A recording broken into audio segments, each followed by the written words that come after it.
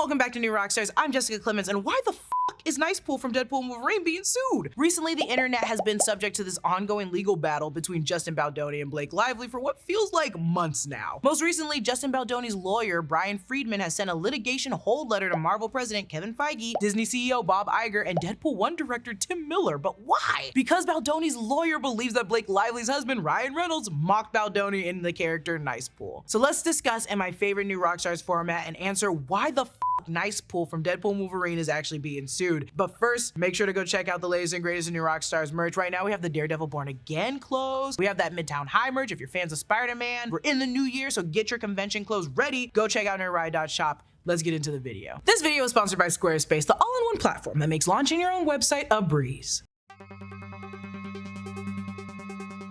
As a quick recap, in December, Blake Lively filed a lawsuit against It Ends With Us director and co-star Justin Baldoni, accusing him of sexual harassment and a social smear campaign against her. Later that month, Justin Baldoni filed a $250 million lawsuit against the New York Times over the inciting report that disclosed private messages detailing said campaign. He is amongst a group of 10 plaintiffs suing them for libel and false light invasion of privacy, while some other producers claimed it was deliberately spliced to mislead. On January 14th, Variety reported Justin Baldoni demands Marvel preserve all documents relating to Ryan Reynolds' Nicepool amid legal battle. Again, this is a litigation hold letter. This is a letter sent by the lawyer to anyone involved in the case that basically just makes sure that all available evidence is preserved for legal proceedings that they're anticipating. The letter reportedly instructs the studio to preserve any and all documents relating to the development of Nicepool's character, as well as communications relating to the development, writing, and filming of storylines and scenes featuring Nicepool. The letter also calls for the studio to retain any and all documents relating to or reflecting a deliberate attempt to mock, harass, ridicule, intimidate, or bully Baldoni through the character of Nicepool.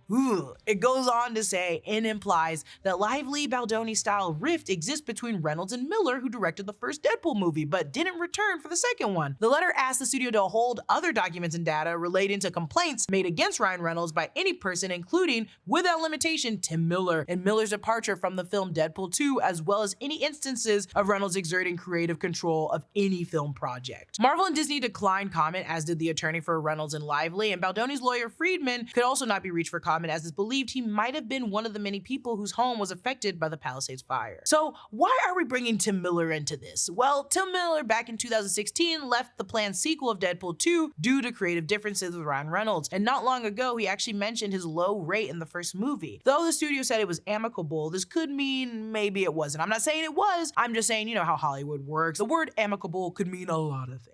So it's likely after the back and forth lawsuits, Justin's team is trying to find more evidence that he was bullied or harassed by Ryan and Blake. However, the whole Nicepool Deadpool of it all, before Baldoni's legal team requested it, was a viral theory burning through the internet for its small yet weirdly, strangely, close comparisons. And here's the side-by-sides. In the movie, Deadpool and Wolverine, Nicepool is characterized with a man bun, a hairstyle that Justin Baldoni wore for a really long time, up until 2023. And I mean, not to mention, I know that Ryan Reynolds has a 5 o'clock shadow, but these looks, he does look like Nicepool. Nicepool also mentions Lady Pool's figure. Oh my goodness, wait till you see Lady Pool. She is gorgeous. She just had a baby too, and can't even tell. This mention would be in lieu of Lively's allegations that Baldoni actually fat-shamed her, but also directly comments on her body after she just had a baby. It's all just, you know, inappropriate. Nicepool then goes on mentioning, "That's okay. I identify as a feminist." Also stated in an outtake, "My calling is to one day host a podcast that monetizes the women's movement," which could poke fun at Baldoni, who co-hosts the Man Enough podcast that's very much centered in being progressive and covers topics about gender roles. So that one's a little on the nose. I mean, a lot of people have women feminist podcasts, but that one is Justin Baldoni. Additionally, in the credits of Deadpool and Wolverine, Nicepool is credited as Gordon Reynolds. It's a bit like joke that Ryan made a while back where he pretends to be interviewed by his twin brother Gordon. Now, what's that got to really do with Baldoni? Because that was just a little sketch video. Well, Blake thanked Gordon Reynolds in the end credits of It Ends With Us, which seems like a tether to Nicepool. And if that wasn't slightly too significant for you, you learned that she made a post in July of 2024 tagging Ryan Reynolds, Deadpool, and It Ends With Us, where she wrote, "Nice men who use feminism as a tool." That would be a link to the feminist reputation that Baldoni exudes. Then there are other mentions and connections to Nicepool and Deadpool and It Ends With Us as a whole that wasn't featured in the Variety article but spoken about online. Like Blake Lively, as Lady Pool is the first to unleash her Uzi on Nicepool, all while it's outside of a flower shop. In the movie, it ends with us. Blake Lively's character, Lily Blossom Bloom, is a florist and owns a flower shop. That's a significant location in the book and movie. And because y'all like to tussle with me, because y'all want to fight with me, let me just say I'm reciting all that I know. I'm a journalist journaling. I don't condone any of this or this beef. I can recognize this legal battle is a complicated process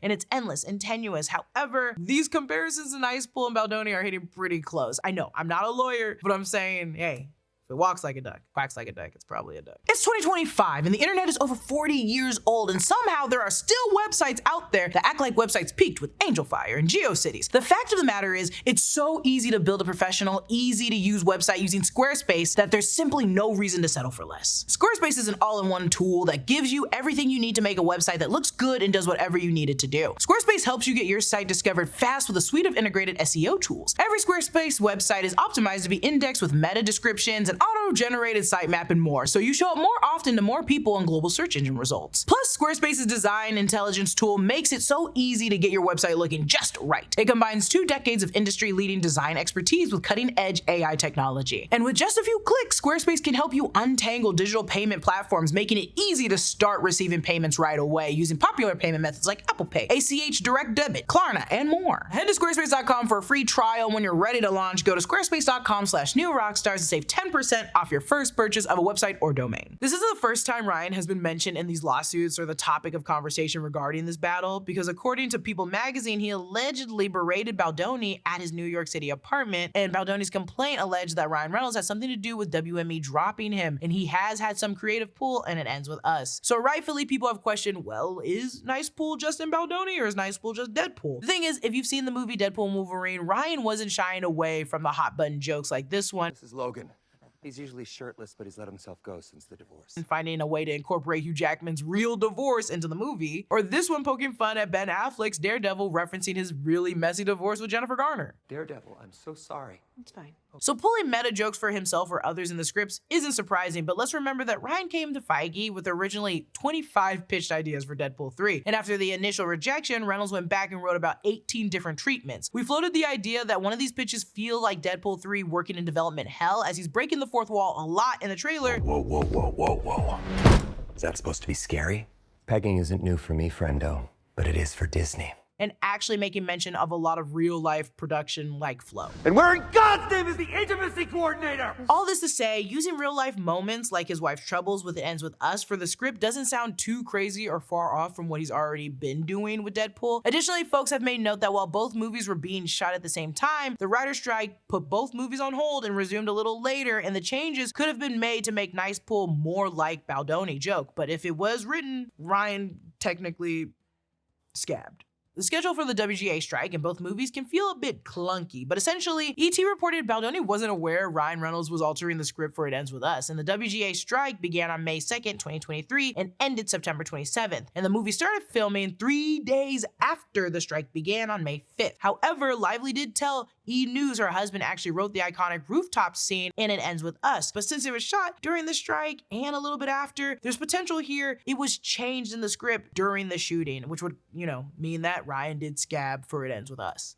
That's not gonna go over well with the woke mob. Some argue that if he didn't actually scab and he just improvised those Nicepool lines and they fell a little bit too close to Justin Baldoni, like the outtake about a feminist podcast. My calling is to one day host a podcast that monetizes the women's movement. Well, surprise, most improv is muscle memory. It's creating scenarios and ideas off the knowledge you have, and if you're dealing with Justin Baldoni and making fun of him with your wife on the weekends, those jokes will probably come into place in these kind of situations, like that outtake. That would mean he didn't scab, no, not for Deadpool Wolverine, but he might have used Baldoni as a reference to Nicepool before. So with all that being said, what can actually be done? What is Baldoni looking toward Disney, Marvel, or Nicepool to even really do? Well, as I mentioned earlier, Baldoni hasn't even sued Blake and Ryan yet. When Megyn Kelly interviewed Baldoni's lawyer, he shared that he believed Ryan had made these jokes intentionally, that he intends to sue Lively and Reynolds into oblivion. And maybe that suggests some information Marvel holds may be essential in the case, or might just help slightly in the lawsuit aimed at the Hollywood couple. Though, So the character as satire or a parody could still honestly favor Baldoni's team depending on the overall lawsuit. And that's all the information I've got. The only theories I could make on what's next to follow in these times. Let's also remember how volatile the internet can be. Abuse is still centered in the middle of this book in Lively's lawsuit, and what doesn't matter is which side of the story is more trendy.